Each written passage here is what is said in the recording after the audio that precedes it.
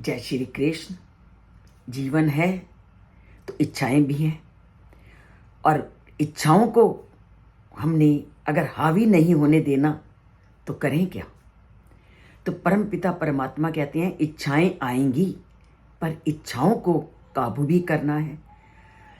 तो जब भी हमने किसी चीज को काबू करना होता है तो हम क्या करते हैं, उससे श्रेष्ठ चीज का आश्रय लेते हैं। और ये हमारी एक स्वाभाविक प्रवृत्ति है, स्वभाव है कि हम अगर एक चीज मिलती है तो उसके मिलने के पश्चात दूसरी उससे बढ़कर के चीज प्राप्त करना चाहते हैं। जैसे कभी हमारे पास स्कूटर था तो हमने उस कार ली तो उससे ऊंचे मॉडल की कार को लेने का प्रयत्न किया। ठीक यही परिस्थिति हम अगर अपनी शरीर की कामनाओं पे नियंत्रण करने में लगाएं तो कोई भी चीज नहीं जिसको हम अपने वश में कर सकते हैं। तो सबसे पहले आती है हमारी इंद्रियां, इंद्रियों के बाद आता है मन, मन के बाद आती है बुद्धि।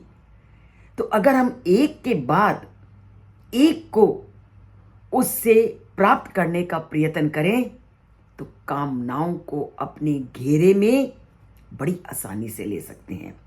और उसी का परमपिता परमात्मा आज के श्लोक में वर्णन करते हैं। इंद्रियाणि पराणि आहु इंद्रियेभ्यः परम मनः, मनस्तु परा बुद्धि, बुद्धे परस्तु सा। उन्होंने क्या बोला कि अगर हम एक शरीर को देखें तो शरीर में सबसे श्रेष्ठ क्या है, हमारी इंद्रियां। और इंद्रियों से बढ़कर के क्या है, उत्तम क्या है, इंद्रियों से उत्तम है हमारा मन, और मन से उत्तम क्या है, बुद्धि, और बुद्धि से श्रेष्ठ क्या है, वो परम तत्व। तो अगर हमारी इंद्रियां विषय की ओर जाती हैं तो हमें अपनी इंद्रियों को मन से वश में करने का प्रयत्न करना चाहिए, क्योंकि इंद्रियों से मन श्रेष्ठ है। और जब हमने मन में ये दृढ़ निश्चय कर लिया कि हम इन इंद्रियों को कामनाओं के दरवाजे तक भटकने ही नहीं देंगे, कामनाओं को आने ही नहीं देंगे, तो अपने आप वो हमारे वश में हो जाएंगी। और मन भटकने लगे तो बुद्धि का सहारा लो। जैसे ही मन आपका भटकने लगे, बुद्धि से सोचो कि हमने मन को उस रास्ते में जाने नहीं देना।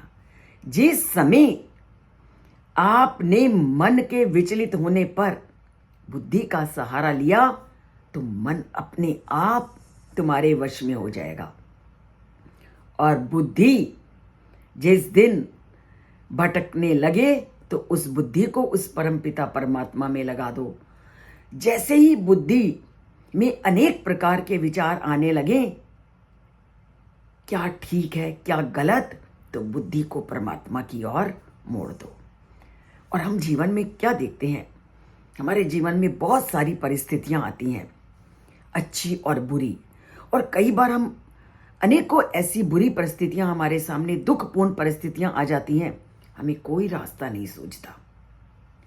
तो हम कहते हैं कि अब जो परमात्मा को मंजूर है, हे परमात्मा सब कुछ तेरे ऊपर है, जो तुझे मंजूर है तू कर। छोड़ दिया परमात्मा पर हमने। तो जैसे ही बुद्धि विचलित होने लगे तो उसी समय अपनी बुद्धि को मोड़ो और उस परमात्मा में लगा दो। और परमात्मा में लगाते ही हमें रास्ते अपने आप अच्छे दिखाई देने लगते हैं। तो परमात्मा में बुद्धि को मोड़िए और अपने जीवन को सार्थक करिए। तो किसी भी चीज का हल ना निकले, परमात्मा ने पूरी स्थितियां हमारे सामने रख दी कि अगर कामनाएं तुम पर कब्जा डालें, कामनाओं से अगर तुम प्रभावित हो रहे हो तो उन कामनाओं को तुमने कैसे वश में करना है। हमेशा एक से चीज को वश में करने के लिए उससे श्रेष्ठ चीज को अपनाते जाओ, तो सबको अपने वश में करते जाओ। और ये तो हमारा स्वभाव है कि हम जब एक से बढ़िया चीज़ देखते हैं तो हम उसको प्राप्त करना चाहते हैं। जैसे सबसे पहले हम नोकिया का मोबाइल लेते थे, वही सबसे अच्छा माना जाता था। उसके बाद हमने सैमसंग का लिया, सैमसंग का एक मॉडल आया तो दूसरा लिया, दूसरा आया तो तीसरा लिया, फिर आईफोन पे आए। तो एक से ऊंची चीज़ को जीवन में प्राप्त करने के लिए बहुत से लोग प्रयत्न करते हैं। तो जब हम भौतिक चीज़ों में एक से बढ़कर एक चीज़ के लिए आगे बढ़ते हैं तो अध्यात्म के मार्ग पर क्यों नहीं।